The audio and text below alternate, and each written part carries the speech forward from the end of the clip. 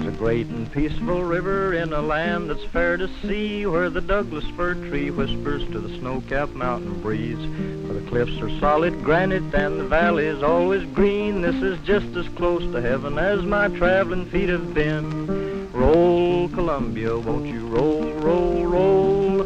Roll, Columbia, won't you roll, roll, roll?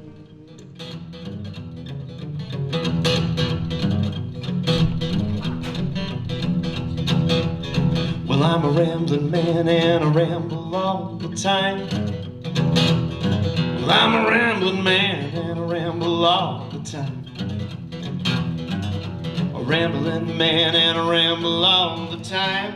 Oh, Lord, Lord. Every good man's got to ramble when it comes his time. Tell me, which way does your Columbia River run? Tell me, which way does your Columbia River run? Which way does your Columbia River run? From the Canadian Rockies to the ocean of the setting sun. Tell me, how many rivers have you got in Portland town? Tell me, how many rivers have you got in Portland town? How many rivers have you got in Portland town? Say the Columbia River is the river that they all run down. Well, I walk down the road and I see your Bonneville Dam. Yes, I walk down the road and I see your Bonneville Dam. I walk the rocky road and I see your Bonneville Dam. Electricity runs the factories making planes for Uncle Sam. Well, I'm a rambling man and I ramble all the time. I'm a rambling man and I ramble all the time. A rambling man and I ramble all the time. Said every good man's got to ramble when it comes his time.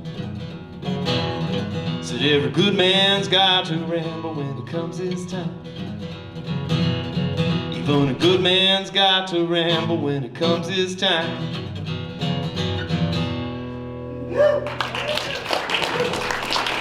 Thank you. So, Woodrow Wilson Guthrie, born July 14th, 1912, to Charles and Nora Guthrie of Okemah, Oklahoma, about 60 miles southwest of Tulsa. He was named after the, at that time, very popular governor of New Jersey, who would go on to be elected president the following fall with the shadow of World War I rising over in Europe. Charles and Nora had come west believing in land ownership. Charles especially believed that land ownership was the way you built generational wealth. And he spent most of his time in Oklahoma chasing that big oil strike that he could never quite catch. We think that at any given time, Charles might have owned as many as 16 or 17 plots in and around Okemah. Woody also claims that his dad was a member of the Oklahoma Ku Klux Klan. Now, we don't know that for sure. That is, the historical substantiation on that is a little sketchy. But we do know that even at best, Charles was able to profit off some shady land deals where the Klan ran black landowners off of their land and he was able to buy it up at a lower price. When Woody was 7, he encountered the force of nature that was going to dog him for the rest of his life, and that was fire. Most modern Americans do not remember it, but once upon a time, before fire sprinklers and smoke detectors and fire alarms and mandatory fire drills and even governmental clothing standards, fires were common and they were deadly. As a matter of fact, the only reason schools mandated fire drills in the early 1900s was because for a few years at the very beginning of the 20th century, school fires were the #1 cause of child death in the United States. They mandated regular fire drills, government did, and numbers went right down. Makes you think. When Woody was 7, and she would have been 13 or 14 years old, his older sister died quite horribly when her clothing caught fire. She was standing too close to a wood stove in their house during an argument with her mother. The death cast a pall of depression over the Guthrie household that only got worse the next year when their entire house burnt to the ground. Woody had to go for a while when he was 8 and live with his maternal grandmother for a few years. Now, Woody claims that his mother may have set that fire in a fit of depression and dementia. We don't know that's true either, but we do know that after Clara's death, Nora Guthrie would often go from laughing to crying at the drop of a hat. She could be found walking down the main streets of town wearing her husband's shoes. She would go and sit in the local movie theater and stare at the screen in the middle of the day when there was no movie playing. Now, some of that was obviously probably depression and grief, but Nora was also in the beginning stages, we now know, of Huntington's disease. You will sometimes hear it called Huntington's chorea. It is a neurodegenerative muscular disorder. It takes the victim's bodily control away over time, often leaving them just able to sit in a hospital bed and maybe even just blink their eyes, yes or no, at the very end. It's very cruel. It is also genetic. And it would take 2 of Woody's aunts, his mom, 2 of his daughters, and in the end, in 1965, Woody himself.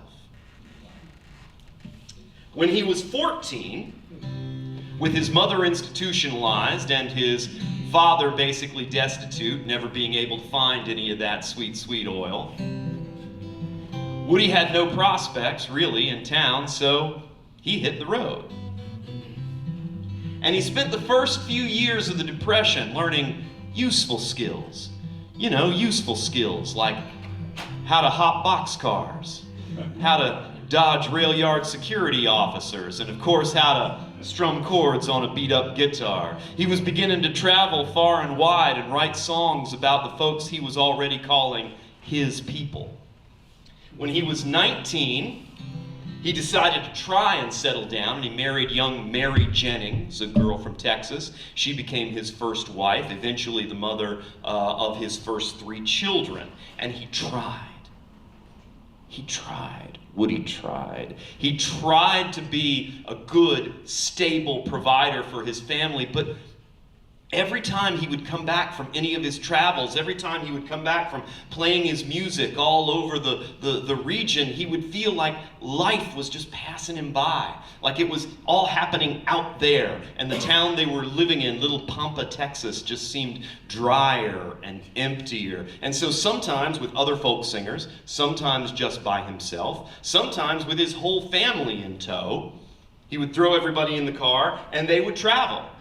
Sometimes to places like the Florida Panhandle, sometimes to the upper Midwest, eventually settling in Southern California, all through places.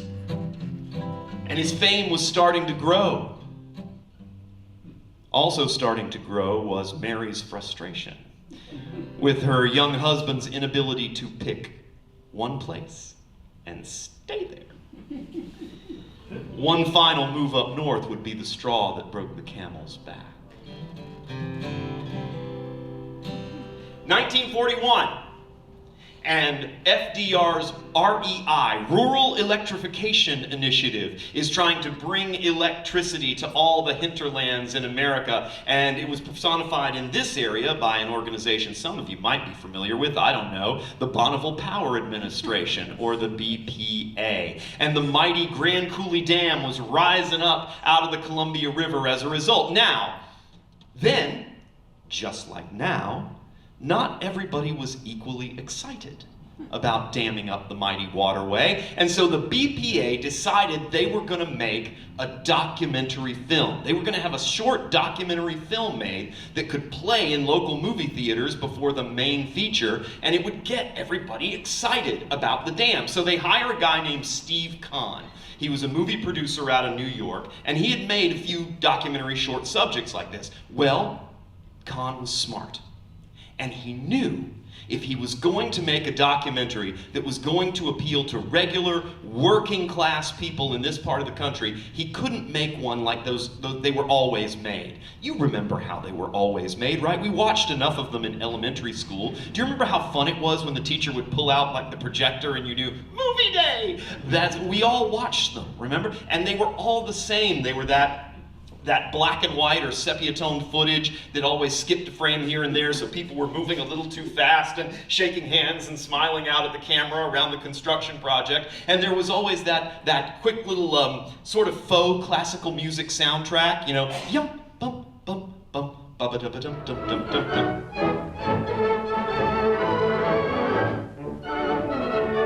It was just kind of a little too sprightly, and there was that same guy who narrated them all with that stentorian tenor voice saying pithy, clever things like, "Rising up out of the deserts of eastern Washington, free electricity courtesy of Uncle Sam."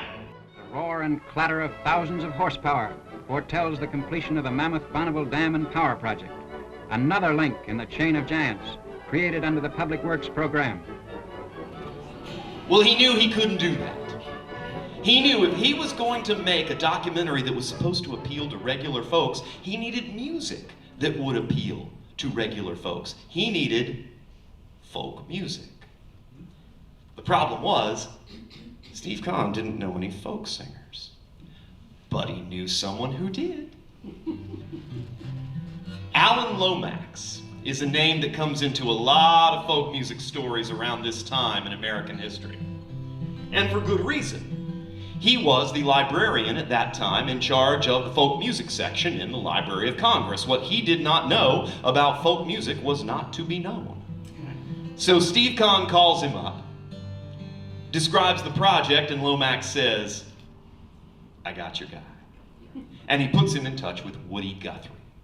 Well, Woody, being Woody, assumes mistakenly after one phone call that he's already got the job. He's living in Southern California at the time, appearing on the radio 3 times a night. Appearing on the radio. This is not, they're not playing his recordings. He is going into the radio station with his partner, Lefty Lou, and they are playing on the radio 3 times a night. Once at dinner, once at 8 o'clock, and once when the radio station signs off at 11 o'clock. It signs off. I can't make my students believe this ever. It signs off. Radio used to stop. It used to sign off at night. So did the TV station. It just used to stop. Professor Underwood, what did you do? We went to bed.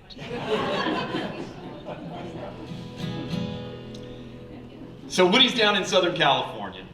They get a hold of him with just one phone call. He thinks he's got the job. So he throws Mary, and by then their 3 children, Gwendolyn, Kristen, Little Bill, in a borrowed station wagon. They come up the highway to Portland, Oregon, to BPA headquarters. He walks into BPA carrying his guitar, says, "Well, here I am." Kahn goes, "And you would be..." "Oh, I'm Woody Guthrie." "Oh, right. You're Alan's folk singer, right, okay. And you have your guitar with you. Okay, well that's, okay, do you carry that everywhere? Okay. Could you play me a song?" And he plays him a song. And then he plays him another one. And right away, Kahn knows, Lomax nailed it. This is the guy. This is exactly what he needs. This is the music he needs, and everything would have been great except they kept talking. Now, I don't know if you know much about Woody Guthrie's politics circa 1941-42, but Woody Guthrie was slightly to the left at that time of, I don't know, Joseph Stalin, and there is no way that any employee of the United States federal government could have talked to Woodrow Wilson Guthrie for more than 5 minutes without going, "Ugh, this guy will never pass a federal employee background check." And it's true, he wouldn't have. Woody was already writing a column every week for a newspaper he jokingly called the Sabbath Employee, the Sunday Worker. It was a communist newspaper. Luckily, Kahn knows there is such a thing as a 30-day emergency contract that doesn't have a background check. The only problem is then you've only got the employee for 30 days. And so came the million-dollar question, well, how many songs do you think you can write in 30 days? I don't know. Reckon about 30, I guess. So, in May of 1941, Woodrow Wilson Guthrie signed a 30-day emergency contract with the United States government in the person of the Bonneville Power Administration. They gave him a form. It had a yes or a no box on it. It said, "Are you now or have you ever been a member of any organization that has sought the overthrow of the United States federal government?" Woody took a big old flat pencil and checked no. They gave him $266. They gave him a big black company car. They gave him a driver, a young man named Elmer Bueller. He was only a year older than Woody himself. And the two men headed east, and they made these trips. They looked at all the Columbia River. They would look to the dam. They talked to the people who were building it. They talked to the workers. They went and they talked to the farmers whose lands were getting irrigated. They talked to the people who were working in the farms. And all the time, Woody in the back seat of that big black car as they headed back towards Portland, strumming his guitar, strumming. Cars used to have really big back seats. Some of you may remember this. And all the time, and he gets back. And he tells Con he's written 30 songs. Well, not quite. Con had taken that time to get a little bit more familiar with Woody's catalog, and so he caught Woody doing what Woody did sometimes, what all folk singers did sometimes, which is taking older tunes and putting new lyrics to them and calling it a new song. It wasn't anything as blatant as what would it? This dam is your dam, this dam is my dam, from Portland, Oregon. Nothing that blatant, almost that blatant. Nothing that blatant. So they go down into the basement, BPA, they record the songs on acetate. If any of you remember acetate, some good sound quality, but it degrades really, really quickly. And now they're waiting for Con's documentary footage. Well, what happened? As is so often the case in the early 1940s, Adolf Hitler ruined everything. Operation Barbarossa, and Germany invades Russia. It becomes very clear that the United States is at some point going to enter World War II, and so everything gets directed towards the war effort. Every major industry in America stops everything it's doing and puts all its resources, all its materials towards the war effort. The documentary is stopped. The footage, everything is shelved. Con and Bueller actually get drafted. They both serve in combat in the European theater. Thankfully, both return home unharmed. But everything I'm telling you tonight might have been lost to the dustbin of history, if not for the luck and intellect of someone that I think some of you around here know. A young man in 1983, he was a BPA media services employee, a fellow named Bill Merlin. I'm a friend of Bill. I know we had breakfast not 7 or 8 weeks ago. We owe Bill a lot because it's Bill who finds in 1983, that's where we've skipped to. We've skipped 40 years ahead. It is Bill who, as a BPA Media Services employee in 1983, takes those acetates, finds them and goes, "Hey, that sounds like Woody Guthrie." Or if you can imagine Bill's voice doing it, those of you who know him, "Hey, that sounds like Woody Guthrie." He gets them up I-5 to a fellow named Greg Vandy, who at that time is the general manager of a radio station in Seattle, KEXP. He's also a music historian and a journalist, and they begin digging, and they uncover the full story that I'm telling you tonight of Woody Guthrie in the Pacific Northwest, his Bonneville Power adventures. Now, his son Arlo said that one of the reasons Woody was so fond of the BPA chapter of his life was that for most of Woody's life, Woody always felt like he was kind of on the outside of the machine looking in. He was always an outsider. And Arlo says, well, this one time, he felt like he was on the inside. And not just the inside, he said, he felt like he was on the inside of a world-changing, nature-challenging, bigger than anything could ever possibly be thing. And you can hear that. You can hear it on songs like The Biggest Thing That Man Has Ever Done, Better World A-Comin', and of course, Washington State's official state folk song. I'm in a room with people who know Washington State has an official state folk song, yes? You people seem to take your folk music seriously out here, so I'm assuming you know. Well, yes, Washington State is one of the few states that has an official state folk song, and you're gonna sing it with me right now. Now, when it comes to singing along, whichever song we're talking about, my rules are the same as Woody's. If you know the lyrics, sing out loud. And if you don't, sing out louder. It makes the person sitting next to you feel better about themselves. Green Douglas firs where the waters cut through. Down her wild mountains and canyons she flew. Canadian Northwest to the ocean so blue. Roll on, Columbia, roll on. Help me out now. Roll on, Columbia, roll on.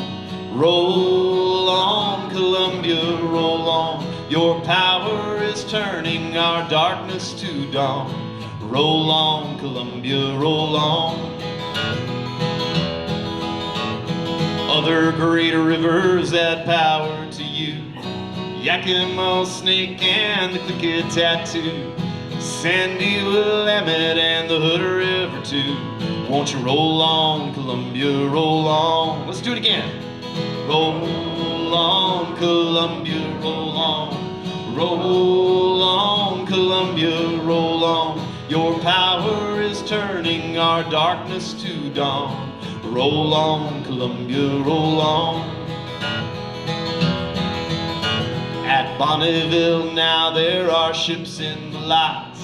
The water has arisen and cleared all the rocks, and now shiploads aplenty will stream past the docks. Won't you roll on, Columbia, roll on. Roll on, Columbia, roll on. Roll on, Columbia, roll on. Your power is turning our darkness to dawn. Won't you roll on, Columbia, roll on. And up on that river's the Grand Coulee Dam, the mightiest thing ever built by a man to run the great factories and water the land. Won't you roll on, Columbia, roll on. You take this one, let's go. Roll on, Columbia, roll on. Roll on, Columbia, roll on. Your power is turning our darkness to dawn. Won't you roll on, Columbia, roll on. Oh, you sound great. You sound good. You're hired. Get in the van. All right. Well, by the time it was over, 1943, the project cost $163 million. The dam rose 550 feet above the surface of the Columbia, and it employed over 8,000 men. Now, those are impressive numbers. But Woody had seen more than they meant him to. Woody always saw a little bit more than you meant him to. He had seen that those men made an average of 80 cents an hour, and that 77 of them died on that project before it was over. He had also talked to lots of people. He had talked to the farmers and the people who were doing the farm work. And he knew how much people were and were not getting paid in these newly irrigated pastures of plenty. And so there were other songs in that 26. Songs with a little bit more of an edge to them. It's a mighty hard road that my poor hands have hoed. My poor feet have traveled your hot, dusty road. Well, out of your dust bowl and westward we rode. Your deserts were hot and your mountains were cold. Well, I worked in your orchard of peaches and prunes. I slept on the ground by the light of on the edge of your city, you'll see us, and then we come with the dust and we go with the wind. California, Arizona, I harvest your crops. Then it's up north to Oregon to gather your hops and cut the beets from your ground, cut the grapes from your vine, to lay on your table your light sparkling wine. Green pastures of plenty from the dry desert ground, from the Grand Coulee Dam where the waters come down. Every state in the Union us migrants have been. We'll work in this fight and we'll fight till we win. Well, it's always we've rambled this river and I, all along your green fields I will work till I die, and my land I'll defend with my life if need be, 'cause your pastures of plenty must always be free.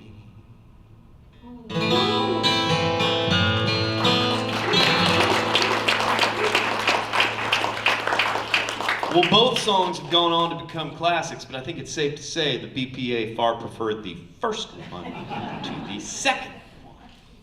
Well, imbued with newfound patriotism now, Woody decided he wanted to go next to New York City. And there he would hook up with a group called the Almanac Singers. Now, the Almanac Singers was kind of a loose affiliation of folk singers. The cast changed from time to time, but it had some people in it you might have heard of, folks like Lee Hayes and Pete Seeger. Mary, who was now realizing there was never going to be an end to the roaming around, told Woody that she was taking the kids and going back to Texas. She was moving back to El Paso, and if he went to New York, their marriage was over. Woody, who was now appearing regularly on the radio, booking concerts, had some steady income, he told Mary he would send her and the kids $100 a month, not a small sum at that time. And he went to New York. New York City, at that time, had the attraction for Woody Guthrie, not just of the Almanac Singers, but other folk notables such as Cisco Houston, Leadbelly, Burl Ives. Also had lots of radicals that he wanted to get to know and meet, folks like Will Geer, the actor, if you remember him as Grandpa Walton from the Waltons. Oh no, he was quite the socialist firebrand before he was telling John Boy good night every week. He had an apartment where they had all kinds of parties, talked about the problems with private property and the way the world ought to be. It was at one of those parties that he met a young dancer from the Martha Graham Dance Company. Her name was Marjorie Mazia. They began to date. She would go on to become his second wife, the mother of his next 4 children, and even though she was not his final wife, she was the one who returned to nurse him at the end of his life. Marjorie is by far the longest relationship of Woody's life. But New York City winters get cold. And by February of the following year, Woody had had it. He had had it. He had had it. He was done. He was living hand to mouth at the Hanover House Hotel, which is not the Ritz-Carlton, and everywhere he went in New York, he felt like he could not get away from that song. Oh, he hated that song. That song was everywhere. He felt like he was walking down the street and it was coming out of department stores. It was coming out of taxi cab windows on their radio. You'd go home and turn on your radio and you could spin the dial and catch it at different parts. Kate Smith singing Irving Berlin's God Bless America, land that I... Oh, he hated that song. He hated that song so much, not just because you couldn't get away from it, but because he felt like at that time, with everything that was going on in America, that song sounded to him like a cruel joke. When he looked around at the folks he called his people, he didn't see God blessing America. He saw his people suffering from unemployment, food insecurity, shelter insecurity. He felt like he wasn't seeing God bless anybody at all. One day in February, he comes home, he's freezing cold, he turns on his little radio. Click! Okay, goes over to his notebook, rips out one piece of paper. We still have it. It is the centerpiece of the Woody Guthrie Museum and Archives down in Tulsa, Oklahoma. It's on a lit dais in the middle of the museum. You must go. It is a wonderful museum. If you like folk music, the Woody Guthrie is right downtown. The Bob Dylan Museum is right next to. Oh, it's an amazing weekend of music if you have a chance to go. He goes and he rips out some verses on it that he calls God Blessed. ED, past tense, blessed America. Now, you know that song. You know it very well. You just don't know it by that title. You know it by the title it would take later, This Land Is Your Land. And it would become so famous that LBJ would later say that that song, and not the Star Spangled Banner, should be the national anthem. Now, that's an opinion. LBJ did not know the history of that song. Neither LBJ nor the thousands of elementary school children who sing it every year at choir concerts know the story of that song. Nor do they know the two verses that got cut and didn't make it onto the original 1947 recording. Voices that lampoon the very concept of private property. Verses like, was a high wall standing that tried to stop me.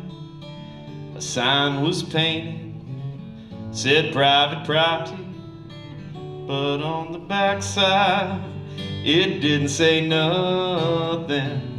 See, God blessed America for me. Now, there was also a final verse the way the song used to end. Didn't make the 1947 recording either. One bright sunny morning, in the shadow of the steeple, by the relief office, I saw my people as they stood hungry.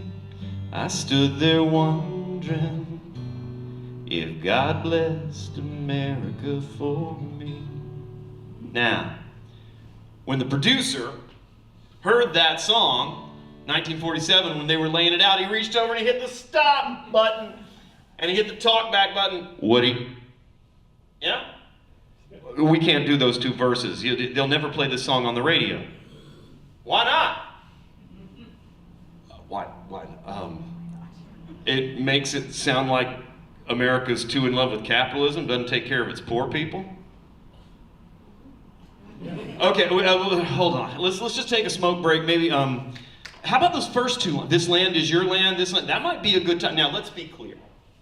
At this point, Woody would never have agreed to the lyric change, the title change, had he known that song was going to go on to become his most iconic, most associated with song of all time. But at the time, it was just another song. It was one song among many. In fact, he already had a much bigger hit.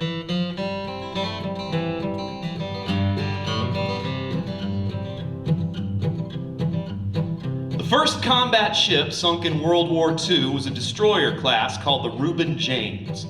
It was sunk a month before Pearl Harbor, made all the papers, and Woody found out about it, wrote a few verses.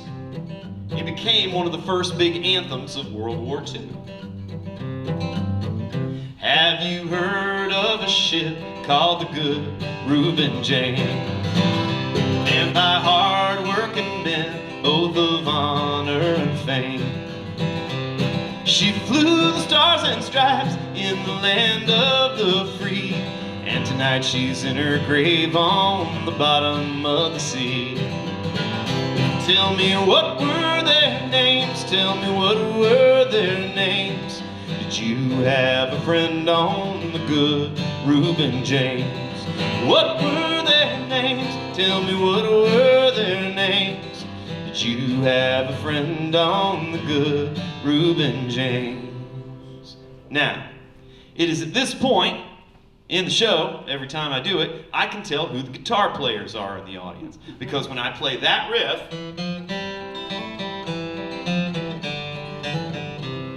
and say it's a Woody Guthrie song, I always see about, 6, 7, whoever, heads tilt kind of to the corner like, wait a minute, that's not right. Kind of like when your dog's home alone and your voice comes out of the answering machine.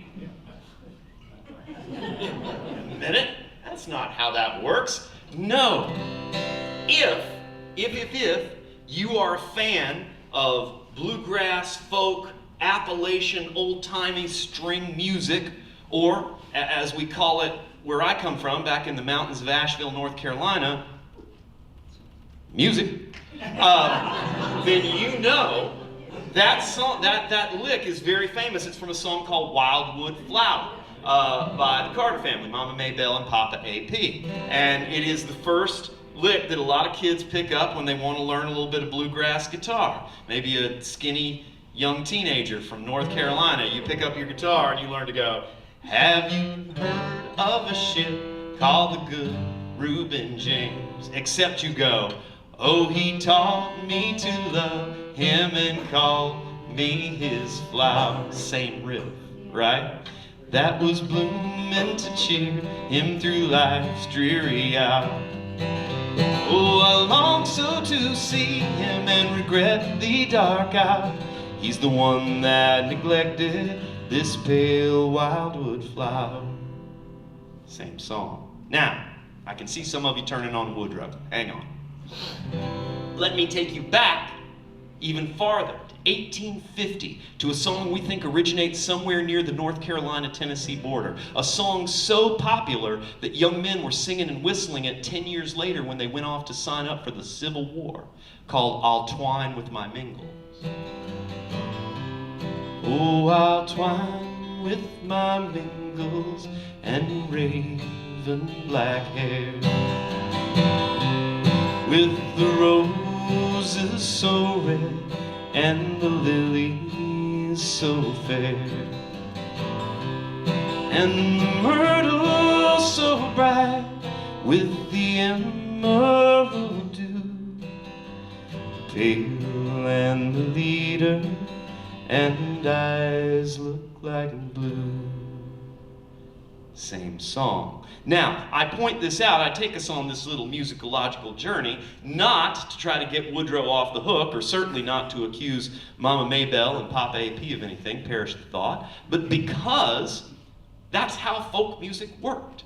I'm just trying to sort of point out that everybody took old tunes and put new words to them. Pete Seeger did it, Burl Ives did it, Cisco Houston did it, everybody did it, and Woody certainly did it. And we didn't talk about copyright infringement and all that sort of stuff at the time. It's just kind of how folk music worked.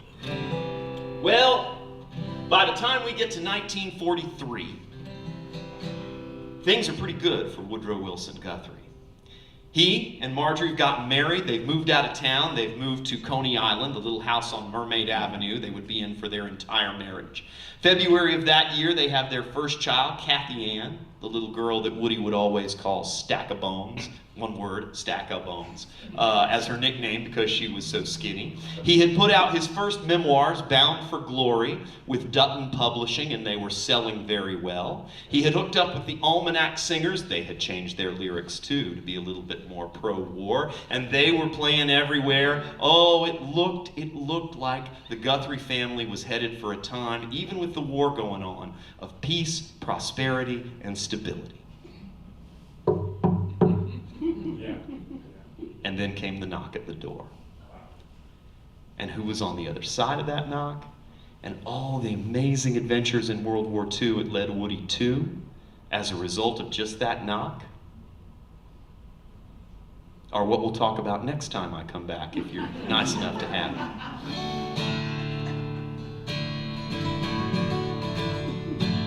You know, the British refer to Arthur as their once and future king. Gone, but always ready to come back if England's greatest need should ever arise. In many ways, I think of Woody Guthrie as our once and future bard. Woody left us at the age of 55. But I would submit to you as we sit here tonight, ladies and gentlemen, we may need Woody Guthrie's voice now more than we ever have. His songs encourage us to roll up our sleeves, to do the hard work of keeping our promises to those less fortunate than us, to not turn a blind eye to the inequities in our society, to keep not him alive, but his spirit alive. And we do that by reading his works, by telling his stories, and by singing his songs. Especially this one. You had to know what I was going to end with. Now, when it comes to This Land Is Your Land, I have very specific rules. They are the same as Woody's. Sing out loud, sing out strong, but only if you mean it. In other words, if you can sing This Land Is Your Land, but mean it the way Woody meant it. This land is your land, full stop, period. No exclusions, no caveats. This land is your land. This land is your land if your folks came across the Bering Strait in prehistoric times. This land is your land if your people got here on the Mayflower. This land is your land if your gang came here in chains in a slave ship in 1619. This land is your land if your people got here fleeing oppression and famine in Europe in the 1800s. And this land is your land if you just got here. And this land is my land. You know, Woody always used to say, the reason I don't own a lot of stuff is because I don't want to take care of a lot of stuff. In other words, Woody recognized that when you say something is yours, when you say you own it, it's not just a sense of ownership, it's a sense of taking care of it, of responsibility. It means when you say something is yours, you want to, I don't know, maybe protect it. Maybe keep it clean. Maybe leave it to the next people a little bit better than you found it. So if you can do those two things, my friends, tonight, if you can sing This Land Is Your Land with no caveats or exclusions or exceptions, and this land is my land, not just with a sense of ownership or responsibility, well then by God, sing along. This land is your land. This land is my land. From California to the New York Islands, from the redwood forests to the Gulf Stream waters. This land was made for you and me. As I was walking that ribbon of highway, I saw above me that endless skyway. I saw below me that golden valley.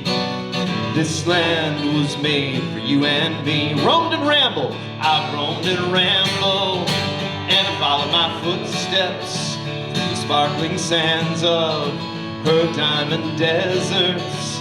And all around me a voice was sounding, saying this land was made for you and me. This land, you take it. This land is my land. This land is my land. Yeah. California to the New York Islands, from the redwood forest to the Gulf Stream waters. This land was made for you and me. One bright sunny morning, in the shadow of the steeple, by the relief office, I saw my people as they stood hungry. I stood there wondering if God blessed America for me. Thank y'all so much. You were a lot of fun to do this.